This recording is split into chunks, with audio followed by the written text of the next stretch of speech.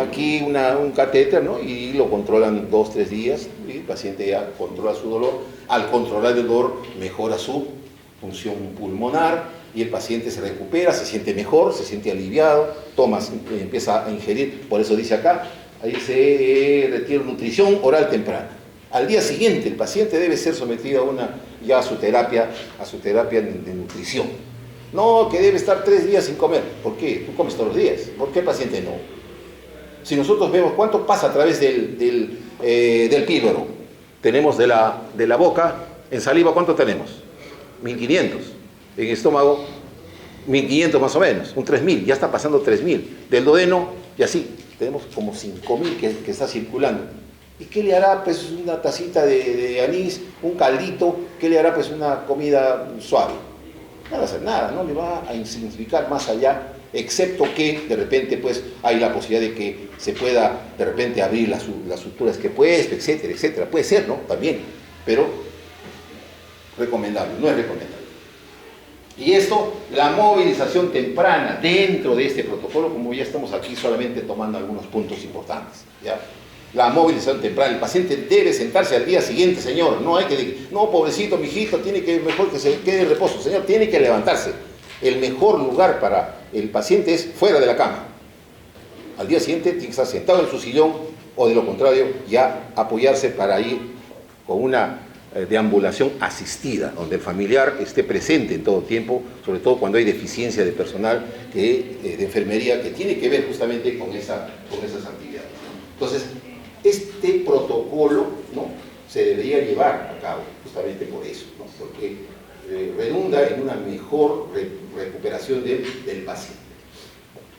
¿Cuáles son las etiologías? Quirúrgicas y no quirúrgicas, ahí las tenemos: apendicitis, colecistitis, perforación, isquemia mesentérica, ¿no? Tenemos la diverticulitis.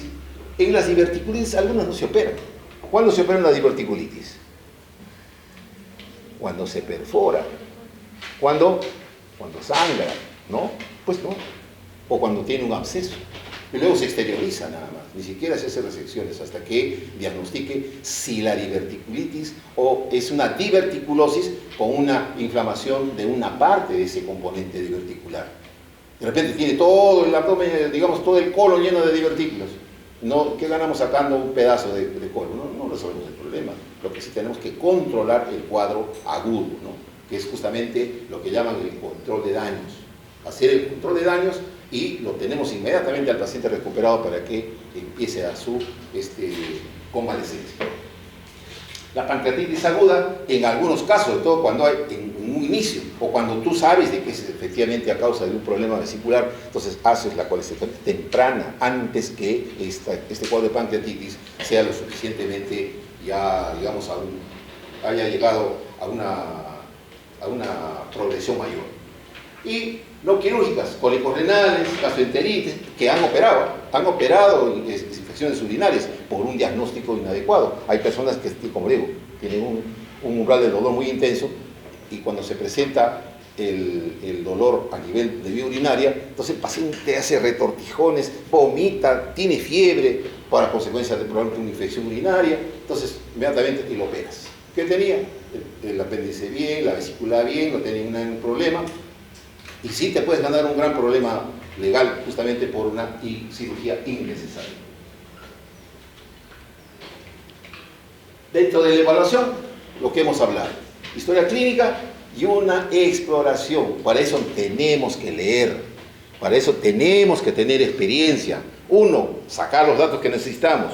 Y 2, con nuestros sentidos tenemos que percibir qué cosa está teniendo este paciente. Si yo no tengo un backup de experiencia en cuanto al examen clínico, ¿qué puedo aportar al paciente? Y ahí viene la recomendación: vayan a los hospitales, agarren pacientes, examinen pacientes, conversen con los pacientes. Solo así van a tener una experiencia, un expertise lo suficientemente, por lo menos necesario, para diagnosticar un cuadro clínico de este tipo. Que no es también la gran cosa, ¿no? Uno puede sospechar un examen, 2 exámenes que nos apoyan, pero un buen examen clínico nos dice: este es un cuadro apendicular, vesicular, lo que ustedes quieran, ya dentro de su esquema.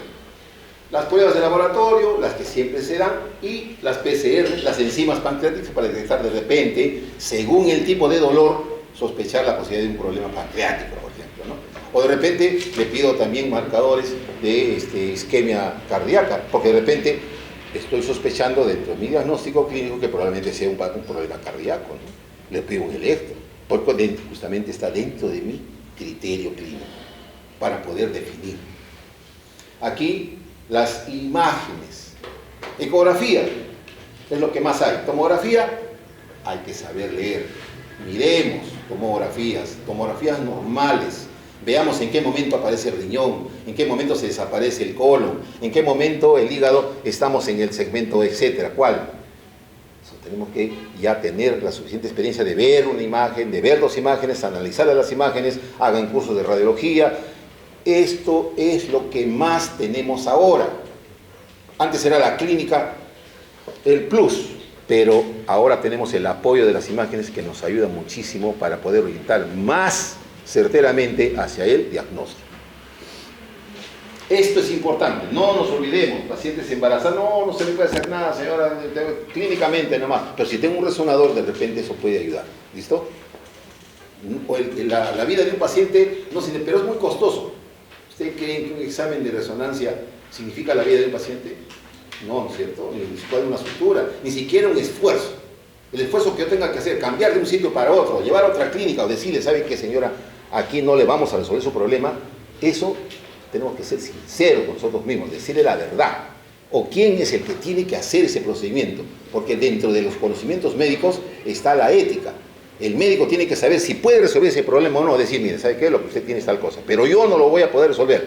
Lo van a resolver en tal sitio. Es más, facilito para que lo haga. Eso es ético. No hacer cosas que sean imprudentes. Porque dentro de la, digamos, de la negligencia médica está la imprudencia. La imprudencia es un factor totalmente negativo en el concepto legal.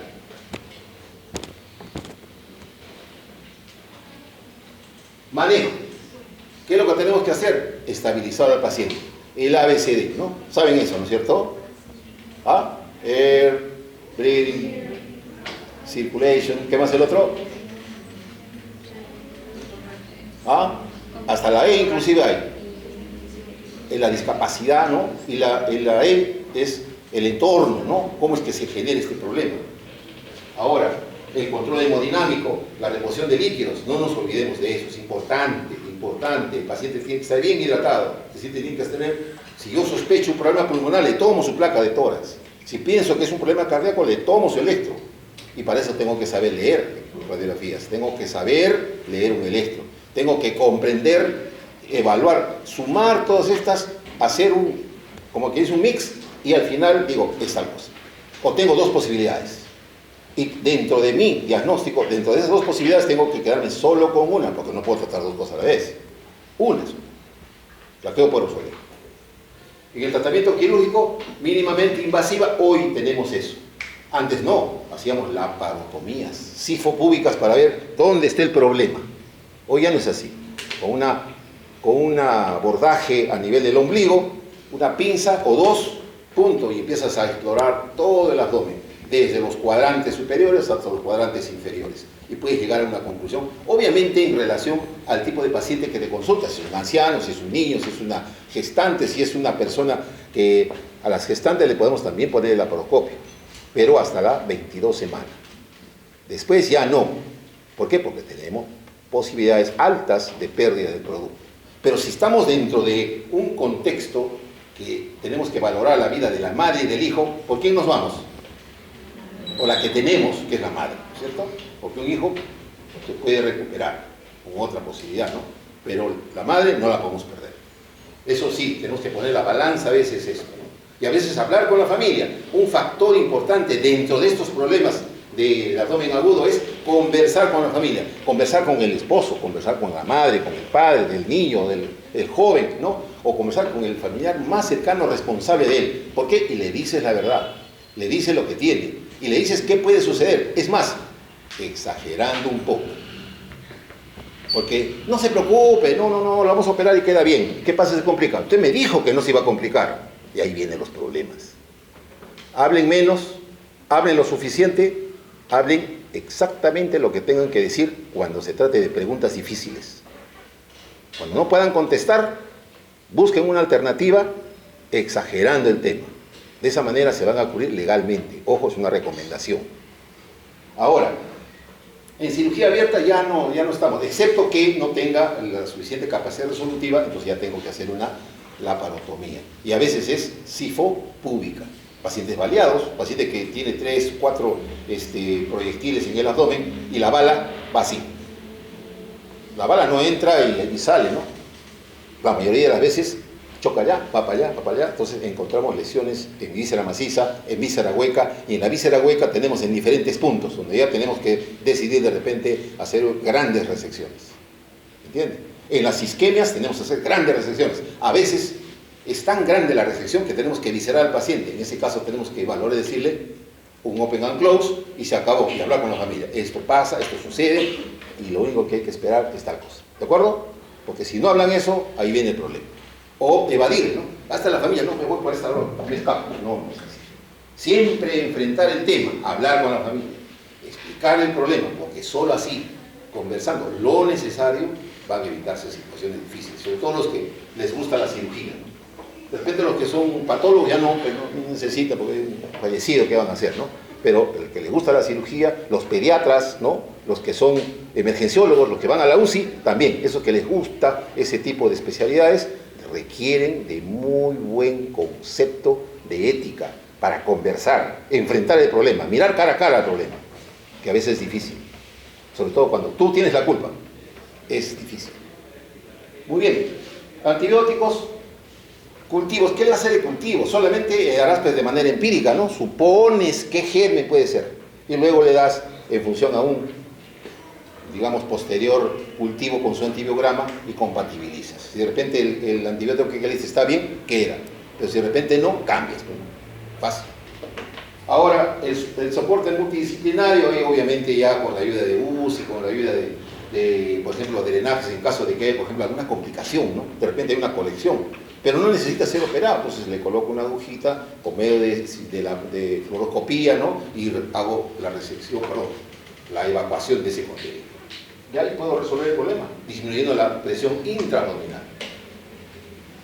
Pregunta. ¿Dudas? Al final de la exposición hay unas 5 preguntitas, ¿ya? No para que me contesten ni os voy a hablar, simplemente para que tengan más o menos una idea cómo hacer las preguntas de su examen. ¿Ya? Vamos a hablar solamente ahora de apendicitis. Si no hay una pregunta, alguna duda, vamos a continuar. ¿Cuánto queda? ¿Qué hora estamos? 2 y 2. Los dos. 20 minutos. Bien, apendicitis, ¿qué podemos hablar del apéndice? ¿Cómo se presenta? Ahí lo tenemos, 80-100 casos por 100.000. Eso es lo que se presenta generalmente en nuestro medio, más o menos que coincide, ¿ya? Más o menos que coincide. Doctor. Aquí es importante ver que no es lo mismo una apendicitis en zona urbana que en una zona rural. Obviamente, por la capacidad de resolución de los lugares donde van, ¿no es cierto? El paciente que tiene una apendicitis en el área rural puede resolver su problema, o si no, ser transportado al sitio más cercano. O de lo contrario, incluso se puede hacer un procedimiento quirúrgico con anestesia local, abordando, ¿no? Por planos y tratando de colocar anestesia a medida que vas avanzando. Y si ves que está complicado, colocas un dren y sales. Si puedes hacer la apendicectomía, en buena hora. Si no, sales. Pones su drencito hasta que llegue a un sitio donde ya lo operen y le hagan su tratamiento final, por ejemplo, ¿no? Entonces, por eso es que comparan ese tipo en cuanto a la distribución por el lugar donde viven, ¿no?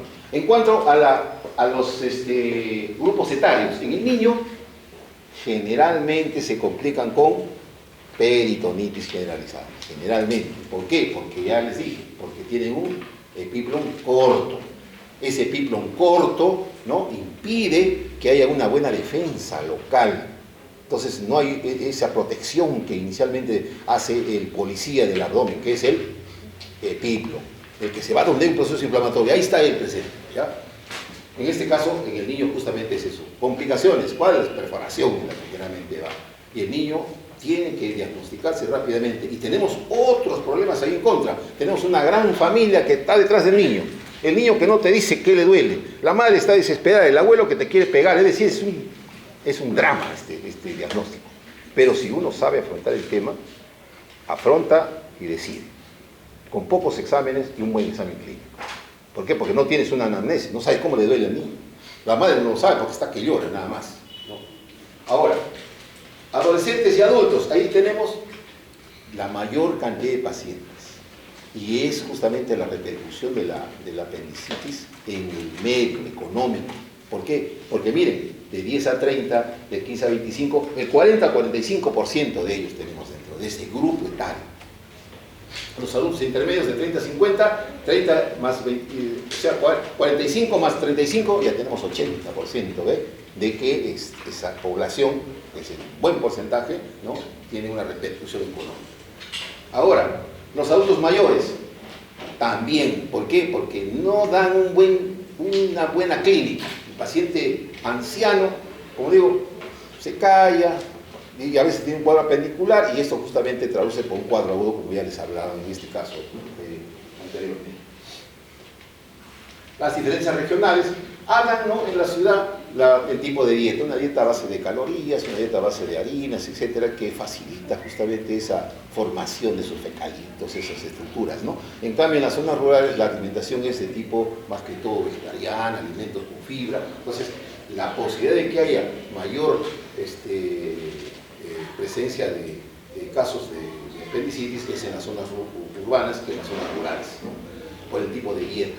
Y como en la accesibilidad, obviamente, ¿no? La accesibilidad en la zona rural solamente hay pues un puesto de salud o un centro médico, un policlínico, donde no tienes a veces el médico adecuado, que no esté debidamente entrenado, un médico general que no te puede dar más allá que el diagnóstico probable, ¿no?, de que sea un cuadro apendicular. Hay muchos jóvenes que estudian, leen y a veces con sus manos diagnostican fácilmente, ¿no?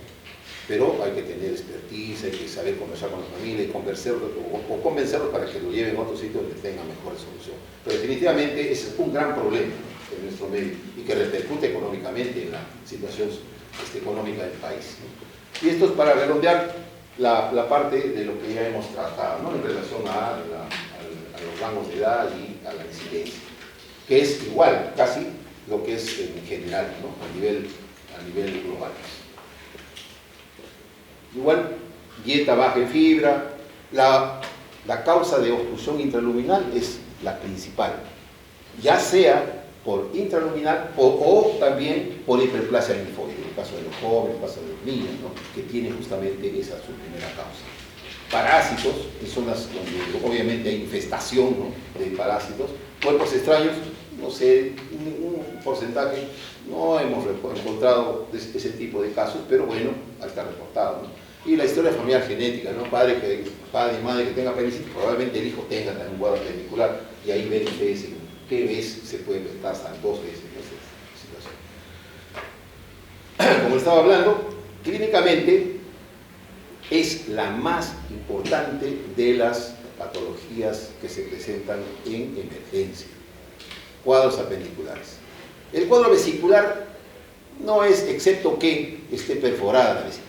Y cuando está perforada tenemos pues un paciente que tiene unos niveles arriba, ¿no?, un neumoperitoneo que nos puede orientar a una posibilidad, una perforación, donde justamente ya se puede diagnosticar rápidamente y llegar a esto, ¿no? Pero en este caso, ¿no?, la más importante es esa, la patología.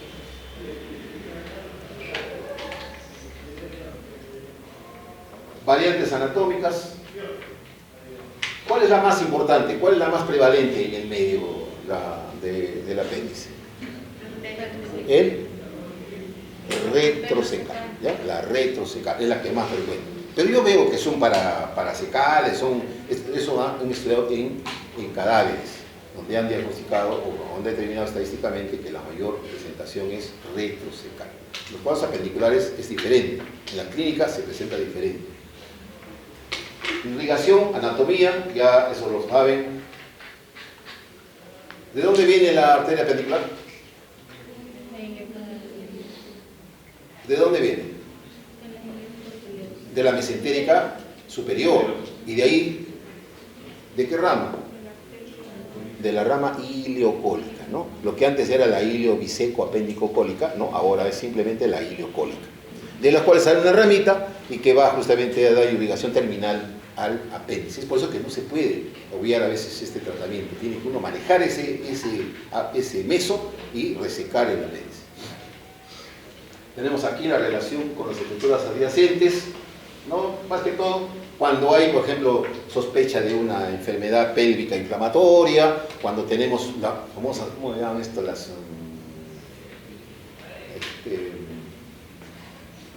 he olvidado el nombre, pero cuando se asocia a zonas que están justamente contiguas a la zona de presentación. Apéndice secal, ¿dónde se ubica? En la fosa ilíaca derecha, ¿no? Ahí vemos. El punto de más burla importantísimo que nos va a indicar la posición que es, ¿qué nos indica? ¿La posición del apéndice? ¿Qué nos indica? La posición de la base del apéndice.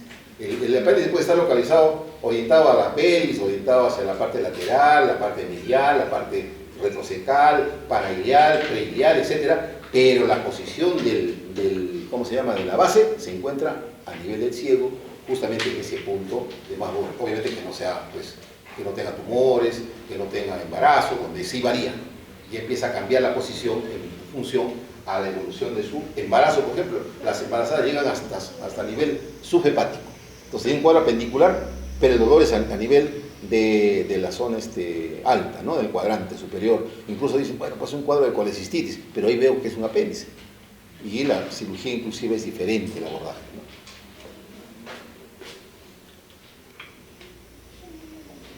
Irrigación, ya la hablamos, ¿cierto?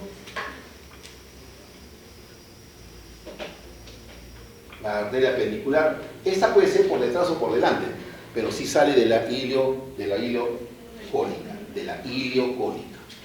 Las diferentes variaciones, esto también permite que haya diferentes formas de presentación y las clínicas, ¿no? Cómo se presentan los cuadros en base a estas variaciones. No solamente de la irrigación, sino de la disposición del apéndice, etc., ¿no? Ahí vemos, por ejemplo, en cuanto a la posición, diferentes tipos de posición, aquí diferentes áreas de localización, ¿no? No necesariamente encontramos en esa zona, sino puede ser a veces una mal rotación, encontramos en el lado contralateral, en los sitios inversos, ¿no? Que son parciales o a veces totales. Ahí tenemos los diferentes tipos de variaciones. Yo nunca he visto esto aquí, por ejemplo, pero ahí está descrito, la literatura lo describe, y se da por algo. Es más, te da algún determinado porcentaje, ¿no? Donde lo más que se encuentra es este, pues, ¿no? Tipo B1.